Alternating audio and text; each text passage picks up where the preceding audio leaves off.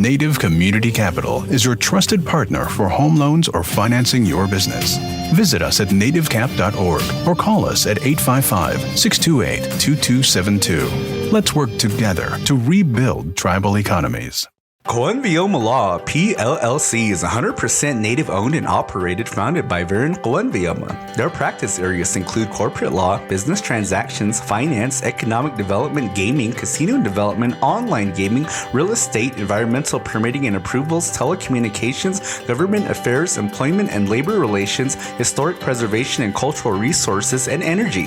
Coenvioma Law is committed to making positive and lasting change in our communities as they support nonprofit volunteering, community activism, and employing Indian preference in hiring and vendor relations.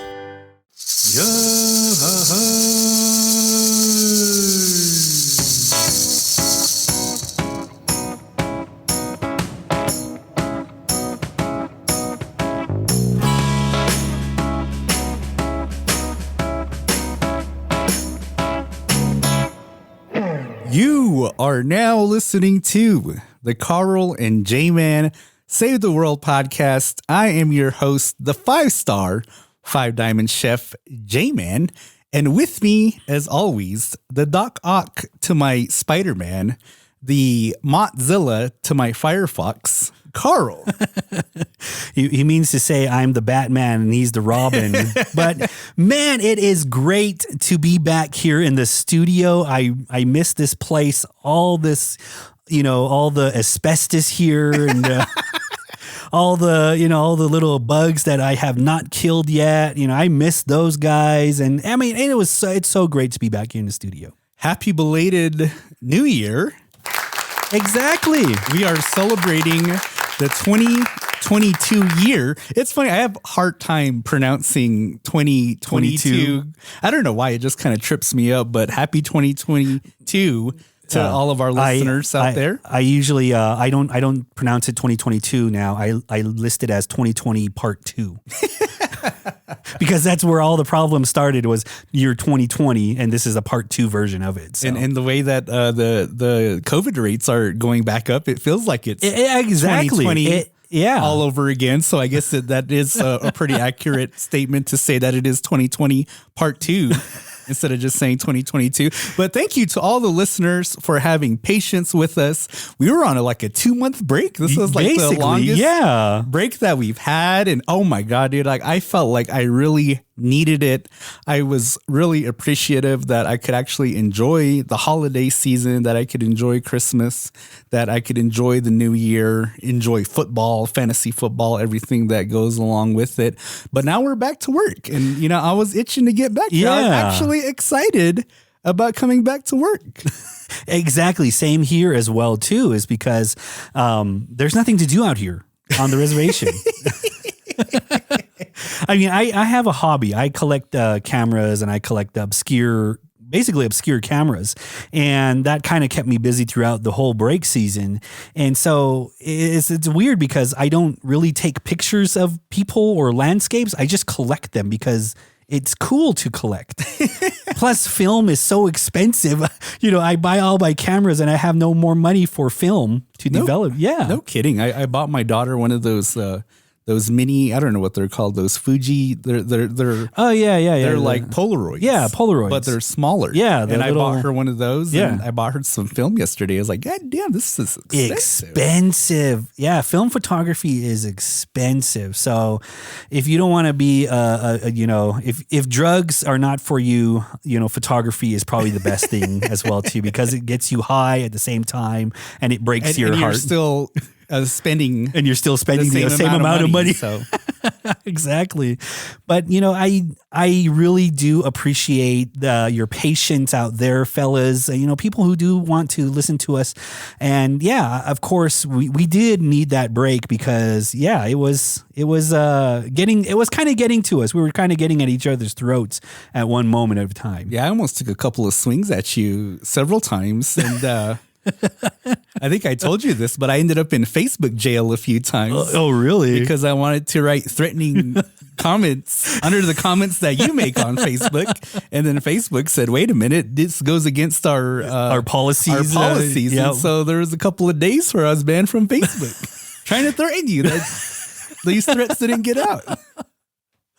But it's so glad to be back here in the studio. So glad to be back here with a brand new season 7.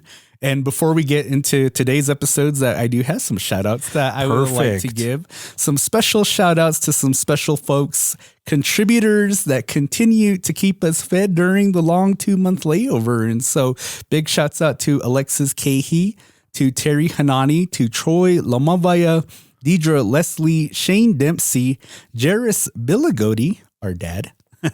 Shouts out to Aaron McEmrys, Shane Thalayamptiwa, Donovan Goldtooth, and Dion Sanina, both prior guests of the podcast, to our boy Millard Kawanyama and Gary Lamayasva. All right. Well, thank you guys. I mean, there were a little bit more extra, but I'm pretty sure that financial hardships kind of hit you as well too. But again, if you do want to become a monthly donor or monthly sponsor, just go to anchor.fm/CJ Podcast 85 and donate, $1.99 or $9.99, whichever one is your flavor. The cheaper flavor is usually my flavors. So. But I do have a shout out, and it's probably going to take at least about 5 minutes to do the shout out as well too. All right, just wake me up when you're done. All right, with that, perfect. So I on Facebook, I have a subscription to Podcast Nation, and on Podcast Nation, I put on our episodes, I put on our who we are and stuff, and people congratulate us, and people like people who want to listen to new podcasts actually go there and look at new podcasts. And I've been listening to a lot of new podcasts out there. And so one of these podcasts that kind of stuck out to me is called We Gotta Talk, Damn It.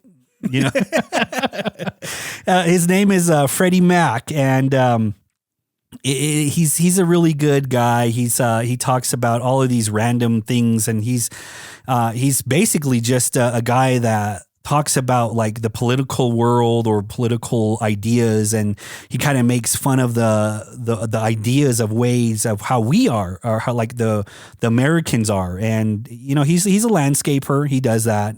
He has 3 kids, and he has his own podcast. So go ahead and check him out. We Gotta Talk, Damn It podcast.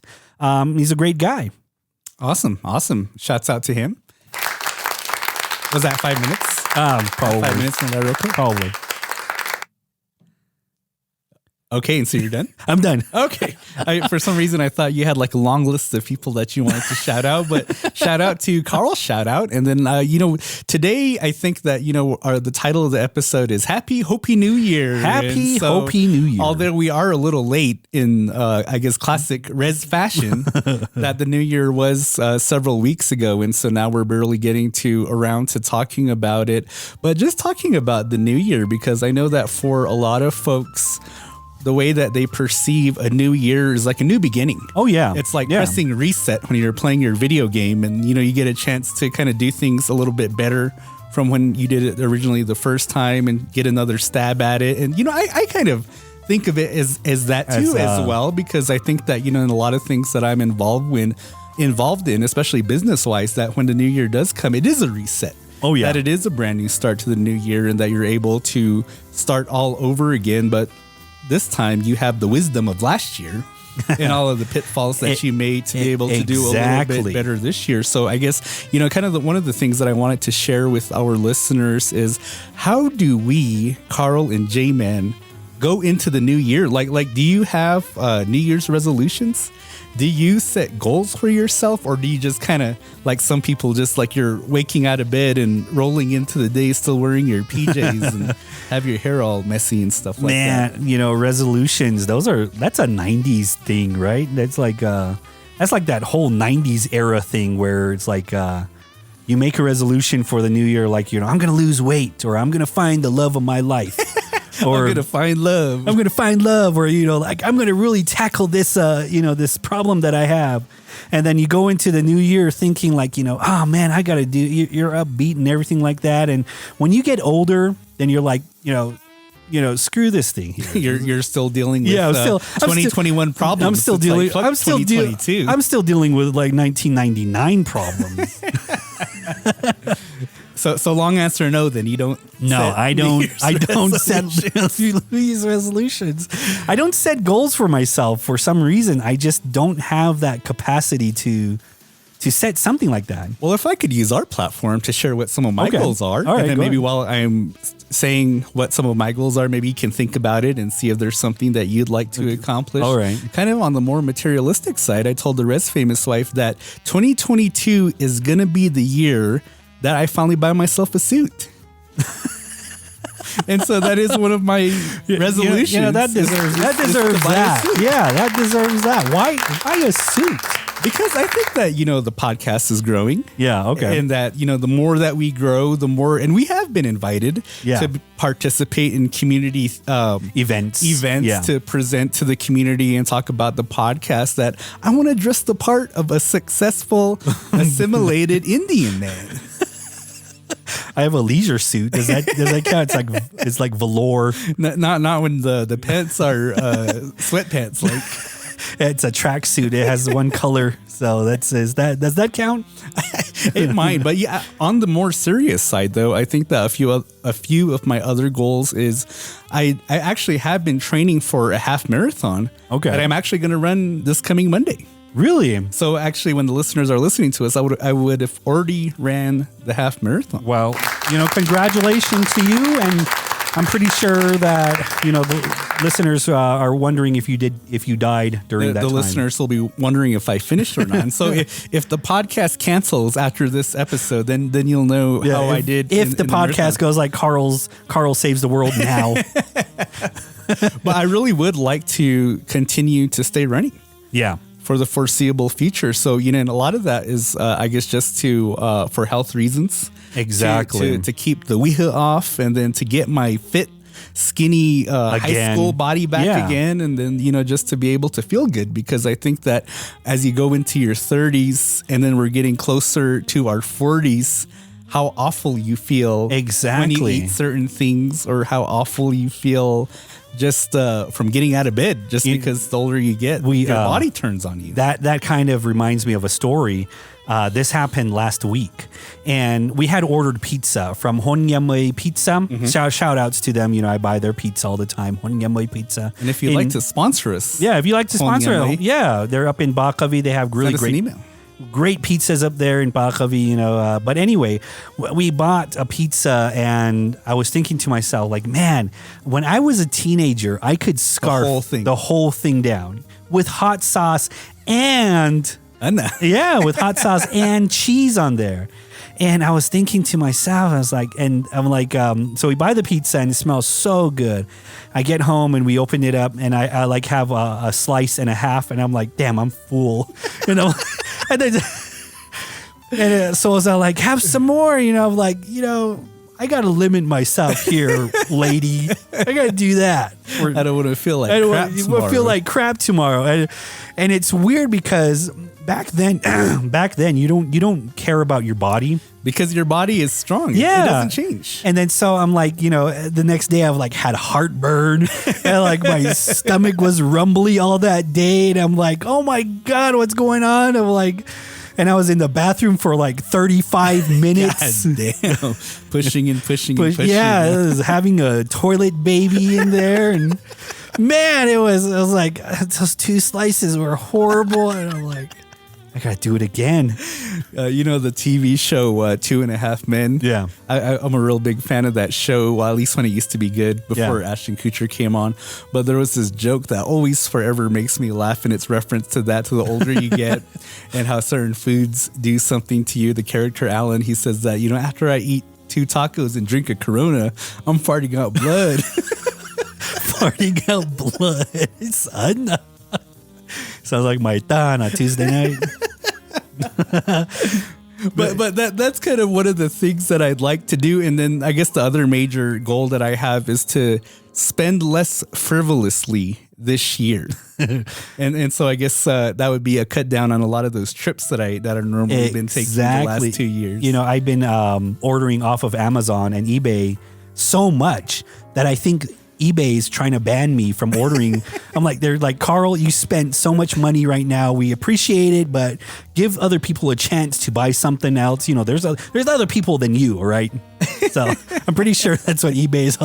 When I put my other order in, I'm pretty sure there's a guy at eBay. I was like, oh, this guy again. Well, since I gave those, did you think of anything? Of any goals for Carl for 2022? You know, I do have a little bit of goals, and I do want to walk more, you know, walk a little bit more, try exercise. to just a little exercise here and there, just so I don't have a heart attack at age 35. you know, those small goals there, you know, those are the things that, and I know there, you can't really do anything about like the mental health, but you can try to help yourself become more aware and become more, like healthy in your mind. And that's one thing that I would like to do. I think, you know, as far as mental health goes, I think that for a lot of people that's their goal, to be in a more of a healthy state as it pertains to their mentality. And, you know, one of the things that I'm going to try to do this year a whole lot more is to read more books. Oh, yeah. Because then, you know, you get so much from reading books. It helps to develop your vocabulary. It exercises your mind. You learn so much more about the world. And it just gives you a different perspective, gives you some peace. And so that's kind of one of the things that I'd like to do as far as JMan's New Year's resolutions go in for 2022. But I think my wife's resolution for me is she'd probably like for me to cook a little bit more. But yeah, I wouldn't bet the car bill or the house payment on me achieving that goal. So, you know, I wanted to try that lobster thing.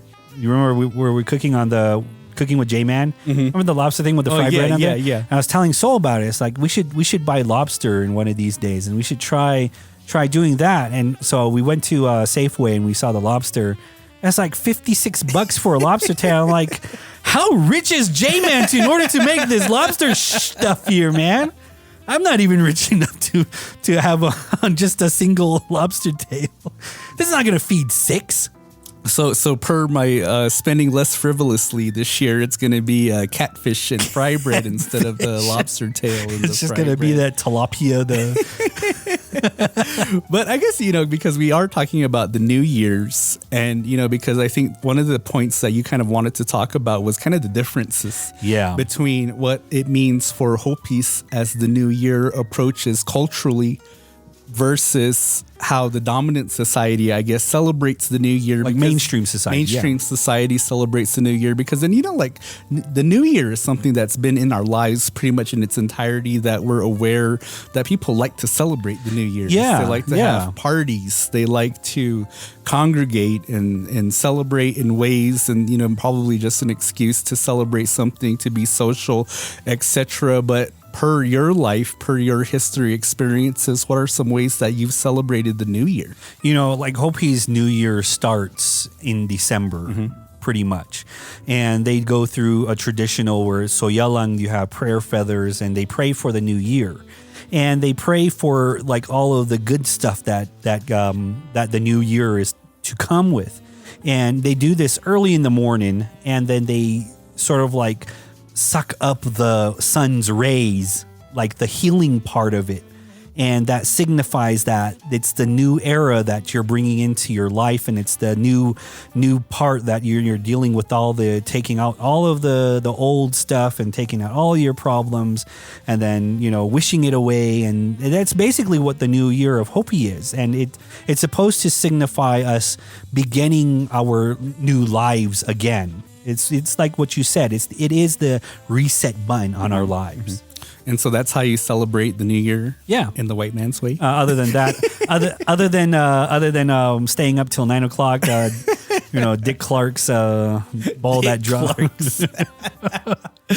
In previous years, at least for on the white man side, for myself, that, you know, we used to go down to Phoenix pretty often. I think I spent probably the majority of my New Year's in Phoenix, but because they used to have the big block party. They used to have the big block party down in Tempe, and so even as kids, we would go to the block party and go hang out and see what types of activities that they got going on. Usually they have something for kids, games or things that you can play and celebrate. And, for the most part of my youth, we'd stay up till midnight and watch it on TV, watch the ball drop on, whatever Dick Clark's channel where that drops, and then celebrate, go to bed, and then that's it. No other celebration. But getting older and getting into those years to where you're quote unquote an adult, to where you can order the fire water, the bad stuff, and then then it became more of a celebration, especially when I was out and about on my own, not necessarily handcuffed to my parents. And then we'd go to those block parties in Tempe, but we'd celebrate in a different way, spending $20 to get into Fat Tuesdays and hanging out with all the different folks that are out down there, drinking our stomachs away, and barely even knowing that midnight hit, and then continuing until the wee hours of January 1st.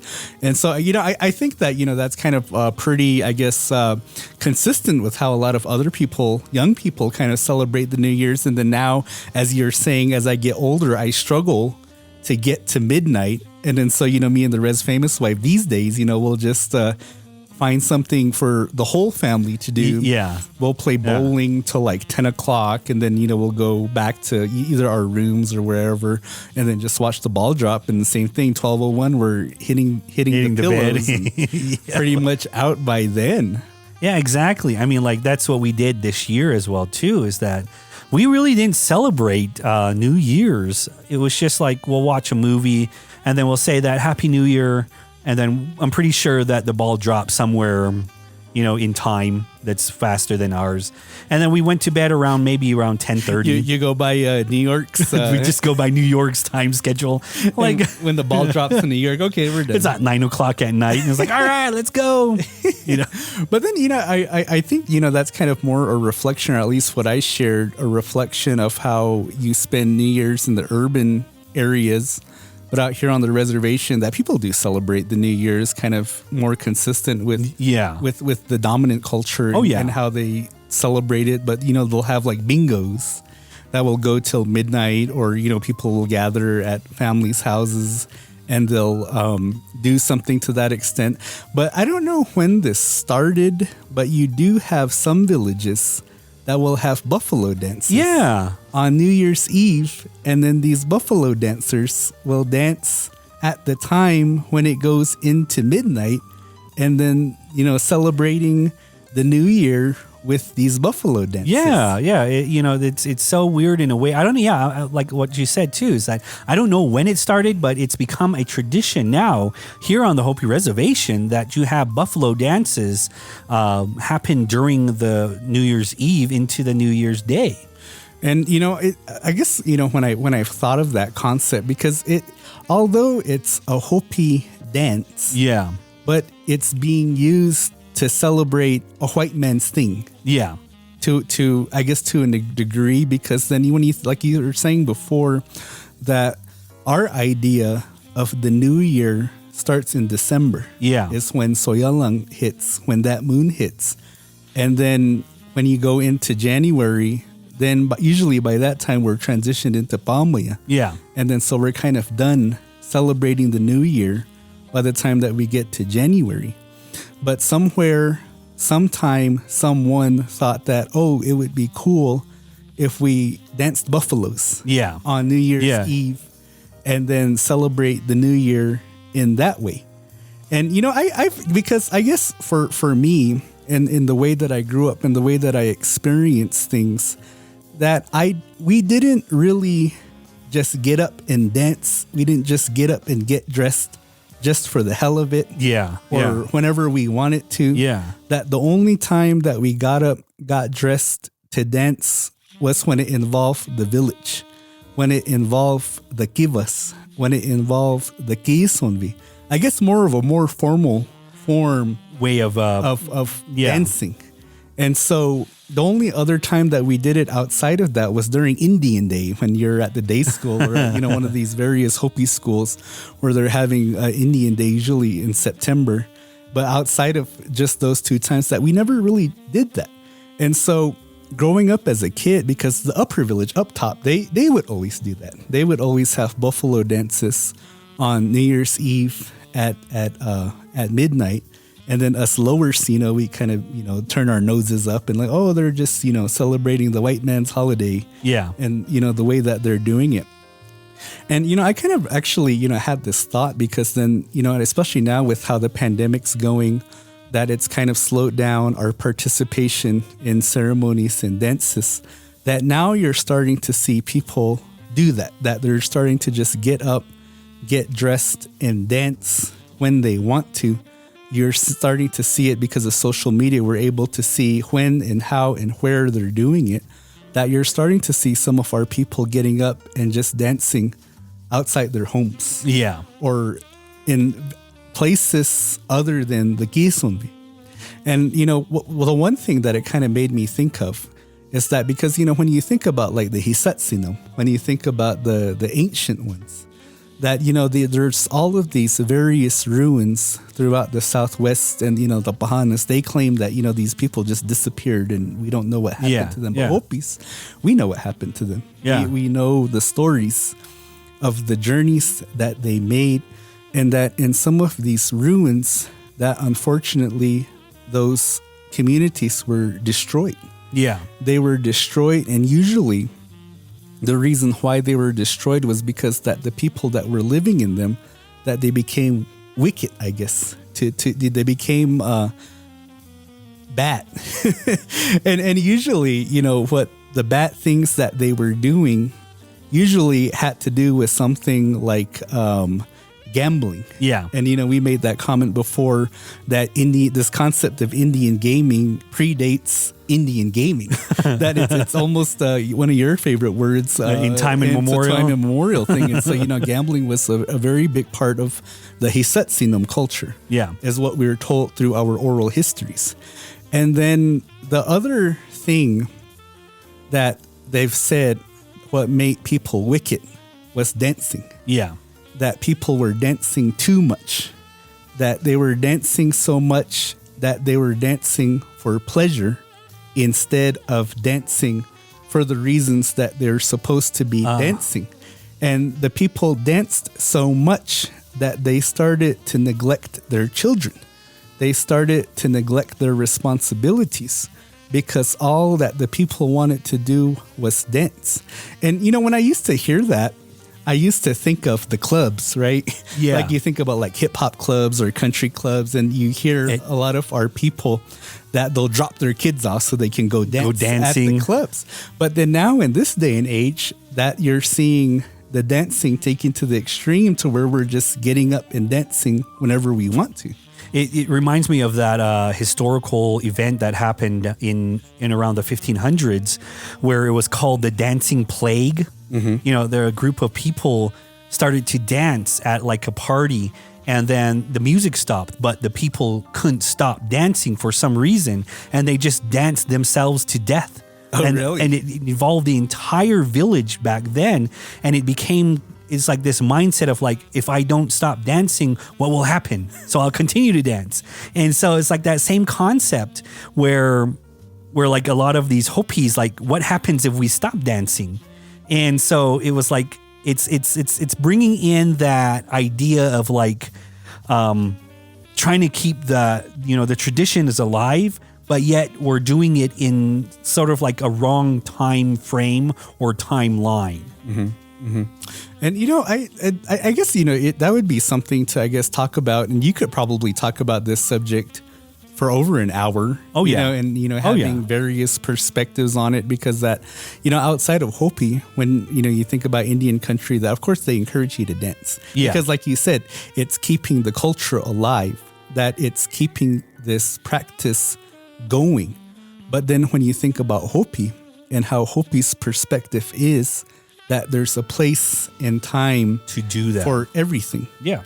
And so, it's these two contrasting ideas, but then because we're starting to move into a more progressive and more external to Hopi perspective. Oh yeah, yeah. That, where's the balance in these two different ideas of preservation and respecting your own culture. Yeah. As how your culture truly sees it, I guess. Yeah, exactly. Because Hotvela does their traditional dances as well too, and they do a lot of that, and they do it in that time frame. And a lot of younger folks out there want to become like other villages where they do celebrate, in the white man's tradition, but using our tradition as As a well vessel too. for it. But then we, talking amongst themselves, it's like, maybe we shouldn't do that because of the way that we're presenting ourselves. Maybe we're not being a real Hopi if we do that kind of thing. But maybe we are being Hopi when we try to preserve that through this era there or this time here.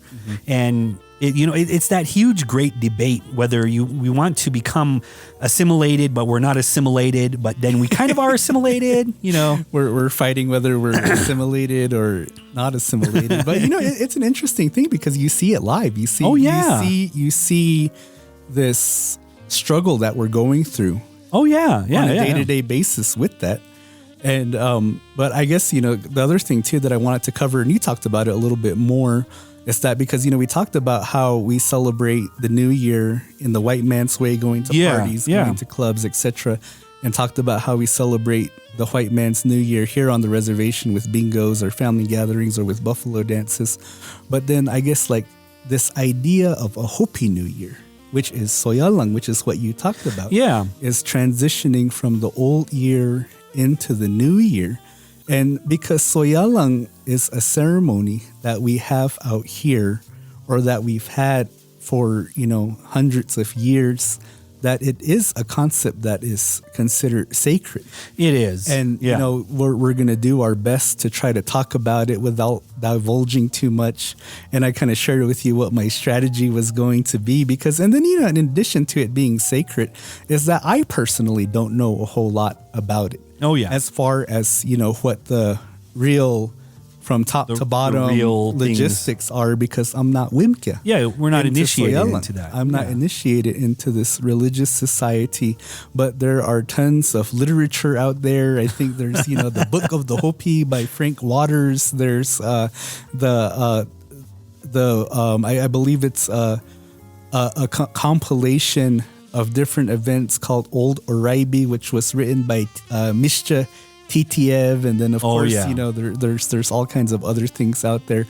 The Sun Chief book, which is an autobiography of an Oraibi man who's essentially our father. His name is Talayeswa. Yeah. And so every time I reference that book, because he's Sun Clan and my wife is also Sun Clan, and so I'll tell my wife, well, according to your Taha, Talayeswa, this is what it was like back then. And then, so if you're really interested about this ceremony, Soyalang, it can be found, I guess, in those books. In those books, pretty much. Without us selling our souls. Oraibi likes to sell out all of the stuff there. Well, I just think Oraibi probably was more interesting of a place than the other two mesas, so that's why all the pahanas went there to learn knowledge. That's the place where you can get an Indian name for $5. But yeah, I mean, during our time, and there is another time called Puamuya, where we all puatota, ourselves. You know what I was thinking? Because I heard my boss talking to somebody on the phone, and she was talking about February. And this person she was talking to was a non-Hopi, and she said, yeah, that's when we have our bean dance. Oh, yeah. And I thought in my head, like, why do we call it a bean dance? Because as a kid, I used to hear that term often, bean dance. Bean dance, but as a kid, I never understood why it's called a bean dance. And then even in this, as an adult, like you just said, powatota, that means purification. Purification one, yeah. So in reality, it should be called the purification dance, but yet we continue to call it the bean dance. I mean, I know why it's called the bean dance, but I mean, it just, when the thing's called Puamuya, then shouldn't we call it the purification dance? Yeah, we're messed up pretty much. We don't care. It's in time immemorial. That's the reason why. But I guess, like as Hopis in the contemporary time, when Soyalang approaches, that I remember being young, like as a child, that time did have significance. Yeah. Because as you said, that's when we get our prayer feathers. Yeah. And then so as a kid, I always knew that, okay, around or after Christmas, we're going to get these prayer feathers. And being a lazy kid, it's like, fuck, I got to wake up at At this hour. 4:30, 5 o'clock in the morning. And then we got to go down to the village. And then we got to go to where we go to make our prayer offerings. Yeah. And I know it's different from mesa to mesa, but the way that we do it 4 times. So I know that, then I got to do it 3 more times after that. Yeah. And then, that's really going to ruin my beauty sleep because I actually have to wake up early. And then the thing that made me laugh was that when I got into college, because then, for anybody out there that's been to college, especially when it gets to the end of the fall semester, when you're dealing with finals, you're dealing with end of the year projects, you're hardly sleeping. You're hardly sleeping. And then you get through those finals and then your winter break comes. And then I used to think like, fuck, it's not even a winter break because then I have to go home. I don't get to sleep. I have to wake up early and do this, so we can renew our lives for another year during Soyalang. And so I guess, really for me to share that, it's putting context and how different that time of the year might be for normal people. Yeah. That you actually have this process. And I guess really this benefit, this opportunity to be able to pray in that way, because then, for like that, like normal people, they don't have that chance to do something like that. And it makes us feel special in that way. It makes us feel like we're doing something for the people and for ourselves. Because, when you do pray, you don't just pray for yourself. You pray for everything. You pray for everybody and everything. And that's basically how prayer works. Is when you can pray for something good to happen for you, you pray for good to happen for somebody else. And not just for somebody, but for everything, even the animals, the whole land, pretty much everything. And referencing Talayaswa in the Sun Chief book, one thing that I really remember from that book is that he talks about when it comes to making the prayer feathers. Yeah. In his book, he would say, we made them for everybody and for anything of value, and meaning their homes, meaning the kivas, meaning their cars, meaning their pets, meaning their popko, like their sheep or their cattle for their cornfield. And then and that was the other thing too that kind of makes that time of the year unique. And I think you and I kind of had a real benefit of going to Tuba City High School, because then we got to see what a Hopi's life was like in contrast to a different culture. Yeah. Because when the January school semester, the spring semester would start, I always used to think how neat it was that, amongst all these Navajos, us Hopis would come to school and we'd have little feathers hanging off of our sweaters, or, some people, they tie it to the top of their hat. And, that's kind of was our protection, I guess, for the full year. And to me, it made me feel kind of special, I guess, in a way that as opposed to the rest of the world, that we had this additional layer of protection thanks to this idea of the Hopi New Year, which is Soyalang. And then we've talked about this too before in a previous episode, because I did mention that during Soyalang that you do get prayer feathers for your vehicles as well. And that as a kid, I remember that, you go to Flagstaff, you go to town, or you go to Phoenix, and then you'd be walking through the parking lot. And then sometimes you'd walk past a random car and you'd see a feather hanging in their rear view mirror. And then when you saw that, you knew that, there's other Hopis here. Yeah. It was an identifier for Hopi, especially for Hopi, that these feathers were hanging in these rear view mirrors. But then as we've moved on through the times, that other tribes are now starting to hang feathers in their window. And, I'm pretty confident in this, that I swear, growing up as a kid, that it really was only Hopis that had something like that. Had feathers in their rear view mirror. But now you see everybody having feathers. Pahanas making their own feathers in their rear view mirror that has a little helmet of their favorite team.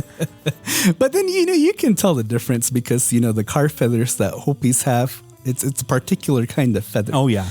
And that, the common feathers of other tribes now that you usually see hanging in the rear view mirror is the kovehe. Yeah. And so as a Hopi, if you see kovehe hanging in a rear view mirror. Oh, they're just Navajos.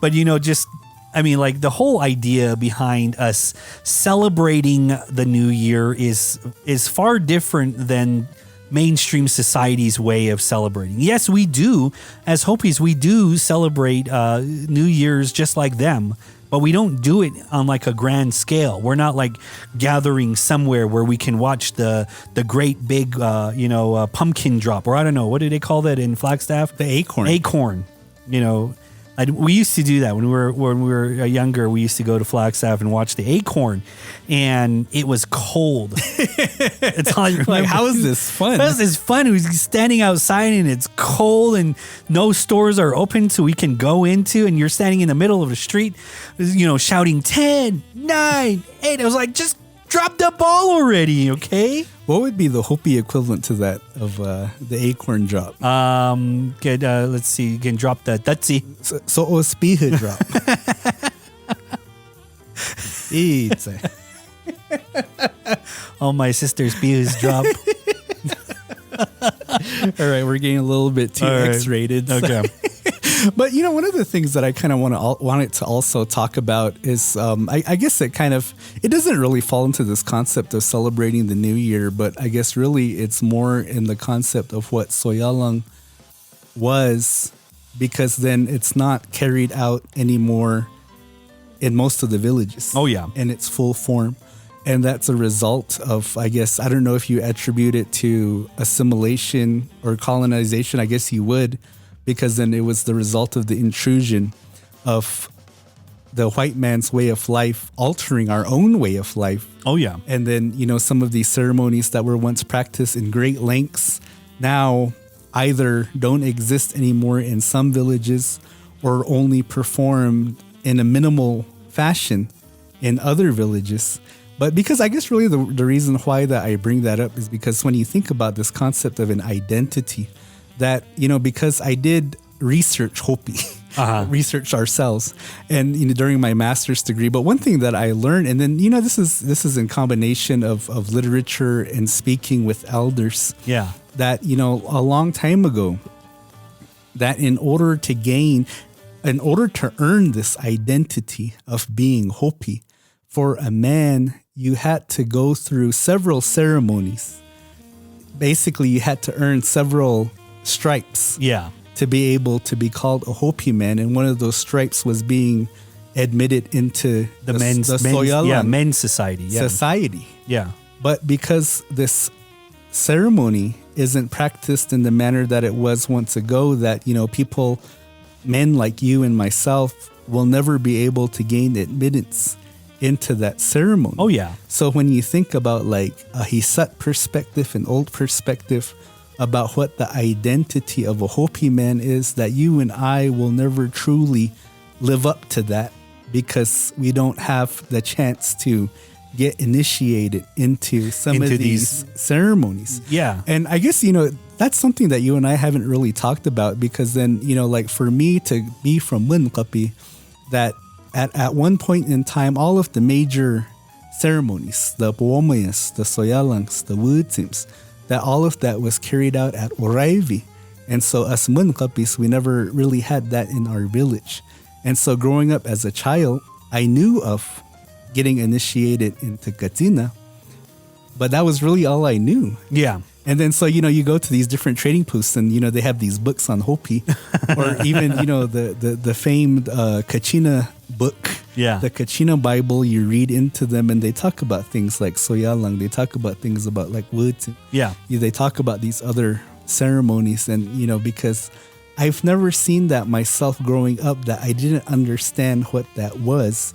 But getting older and actually talking to older people about these concepts of what old Hopi life was like, and then you start to think like, man, we were kind of robbed of, to be able to fully live this, our understanding of Hopi. Yeah, exactly. And it's one thing to practice like the Hopi traditions, but it's another thing to keep those traditions alive, because like what you said, not a lot of our villages out here, and there are 12 villages out here, and only, not even half of those villages still they still participate in the traditional Hopi style, and then the rest of the villages, they pretty much have nothing.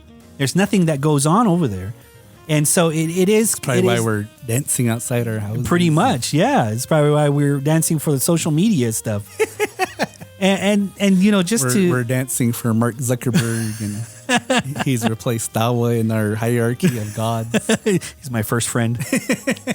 and like the whole idea and the whole concept behind that was to become more into that Hopi tradition, become more Hopi. And so we don't have that anymore, and it is sad in a way. It puts you in that sad mode. And I guess because I've expressed this before to other people that to see your own culture dissipate, to see the decline, like to actually physically see the decline, is heartbreaking. Oh yeah, because then when you think about some of these other tribes that a lot of the people in this day and age that they were born into their tribes already have lost everything. Oh yeah. And so I guess to an extent, I mean, I'm obviously they're sad that they don't have anything, but then I guess to go through this process of seeing your culture decline, to seeing less people speak Hopi, to seeing our own people not having a full understanding of our concepts of respect for our culture. Exactly. And then inadvertently disrespecting our culture by some of these modern practices that we're doing. Because, I'll admit it that I've cried before. I've cried thinking about this topic, about the decline of our culture, and just being heartbroken that, we're on this path. And you have to kind of take into consideration too, because, our children are never going to learn the true Hopi way. Mm-hmm. And you look at that and you're like, it's like, oh man, they're not going to learn anything. They're going to be a white man with brown skin. Well, at least the buffalo dance will at least we can look forward to every year buffalo dance. So, but you know what buffalo is going extinct? Oh, really? The Hopi buffalo is going extinct. Oh, yeah. Because everybody just likes to dance. The Pueblo buffaloes. Exactly. It's so weird because when you look at, and everybody likes the Hopi buffalo dance, but nobody wants to do it because it's too hard. It's easier for you to get in line with the drummer boys and then... Well, the reason why they probably like to dance the Wakomo side is because everybody can participate drumming. And so, nobody's left out. If you want to drum, you can drum. Just bring your drum and get in line, and then you can participate with the Wakomo side. But yeah, I mean, during this whole new year, I mean, it was weird because it didn't feel like a new year. It didn't feel like it was gonna change something, and because we are in a pandemic and we are in that mindset of this is gonna be the same thing over and over again. Mm-hmm. But when we were doing our New Year's up at the house and we were Soul was already crashed out by 8:30 and had to wake Soul up just for the ball to drop. I'm like, hey Soul, wake up, and we drank the what was that, apple cider? The cider, the sparkling cider that everybody buys at Walmart. We bought that and we drank that and we wished each other. Guava probably had his flask and he was putting the good stuff in putting the real stuff in there. My taha, he's still celebrating the new year right now. It's week 4. It's week 4, Come home. It's week 4 right now, taha. You can stop celebrating New Year. And I guess apologies to the listeners about kind of bringing the mood down, but unfortunately these things are happening, and I think it's important for us to talk about it and to get some wheels turning for some folks out there, because I guess before we end this episode, because one of the things that I did want to talk about before we go is kind of about the pandemic, but really how it has affected ceremony. Yeah. How it has affected our villages. Because although, we have talked about the pandemic several times on some of our past episodes, and really, going into this episode, planning a week out ahead, I didn't really even think to talk about this, but I think because of what's going on right now. Yeah. it'd be hard to not talk about it because it is something that's heavy on my heart that, unfortunately, because of this pandemic, that last year, for the most part, that most of the villages suspended all of their ceremonies. Yeah. And so, we talked about Po'omuya, that a lot of the villages didn't have Po'omuya. We talked about Soyalang, that some of the villages that still perform Soyalang didn't do it, or even did an even more reduced version of the already reduced version that these villages are practicing it. And, I think that it's kind of, I've had this idea in my head that it really is a struggle, because then when you think about people out here as it relates to the pandemic, that people are still scared, that there are some people that are still afraid of it. And, when I think about my own personal thoughts on the pandemic, that, to be, I guess, kind of able-bodied and somewhat healthy, that I don't have as much fear about the COVID-19 virus as some other people may.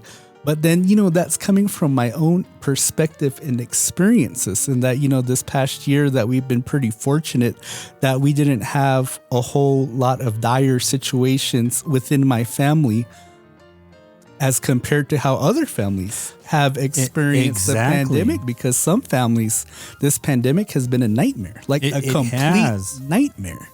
And, and I think that because so many people have experienced some of the very worst that this virus can do, then that probably has increased their fear, and kind of having this attitude to where they'd rather just stay in and just wait till this whole thing blows by. But as for me, being, I guess, the faith that I have in our ceremony, and I told my nephew this, is that I think that in order for our people to get past this, we still have to smoke. We still have to pray. Yeah. We still have to do these Hopi things, because these Hopi things were created for that purpose, so that we could get through life. So that we could get through life and have blessings coming into our homes, into our villages. So, before we kind of go on and, do our episodes a little bit more, and I would like to thank everybody out there, and I would like to thank you for supporting us, because without you guys, we wouldn't be here today, giving you all the jokes, giving you all, making my sisters mad at me, and I'm pretty sure that my sisters are probably going to throw me under the bus again. So, it's... And I know that a lot of you guys had dealt with this virus, and you guys are, and I'm pretty sure that every family has a person or knows of a person that is going through the sickness and is going through that. And, I'm very sorry, and all my hearts and my prayers go in there, all my T's and P's going out to you guys, shouting out my T's and P's to you guys. So, again, I thank you guys for sticking with us so far. I know it's almost about an hour of talk time here, and we gotta get out of here. So, and I guess the other thing too that I wanted to add about what I was saying about the pandemic, because now we're getting to this point to where it's not just about the virus itself, but then when you think about the policies and some of the mandates that are out there as a result of the pandemic, that of course, if you get COVID, you can't go to work. Oh yeah. There's mandates and policies for a lot of places. But then I don't know if you've been to bashes in Tuba City lately, but if you go there now, it looks like The Walking Dead, because then there will be shells that are completely cleaned out. I went there over the weekend and they almost had absolutely no sikwi, but I guess that's because as a result of the pandemic, they're so short on workers that a lot of workers aren't able to work because they're catching COVID. Well, I don't know what to say to that. I mean, it's very hard to, easy to say T's and P's. But it's so hard to do something about it. I mean, just stay inside. Don't touch anybody. Don't touch yourself. Don't touch anything. Just be in your little corner. You nasty people need to stop being nasty, and so this whole thing can go back to normal. All right. Well, if you got this far, thank you again for sticking with us this far in the podcast. If you guys want to donate something, go to anchor.fm/CJ podcast 85 to become a monthly sponsor. Or if you guys want to become a season sponsor, email us at cjpodcast85@gmail.com. to see if you can become our season sponsor, because we are still looking for season sponsors. And if you're not following us on our social media accounts, you can follow us at Carl and JMan all across the boards at Facebook, Instagram, Twitter. If you are listening to this on YouTube, we still are on YouTube, Carl. Please hit the like button. Don't forget to subscribe. We actually, our subscribers for our YouTube actually jumped up during this long 2-month break that we took. So I thank you to everybody out there that has subscribed to our YouTube channel. If you're listening to this on Apple Podcasts, don't forget to leave us a 5-star review. That really does help us out. And listen to us on Spotify, because Carl sold our soul to Spotify. So Spotify, thank you for the change that you sent us. Go quick. All right. Well, thank you again for listening to Carl and JMan Save the World podcast. My name is Carl, and this is my best friend, JMan. So long. Go quick.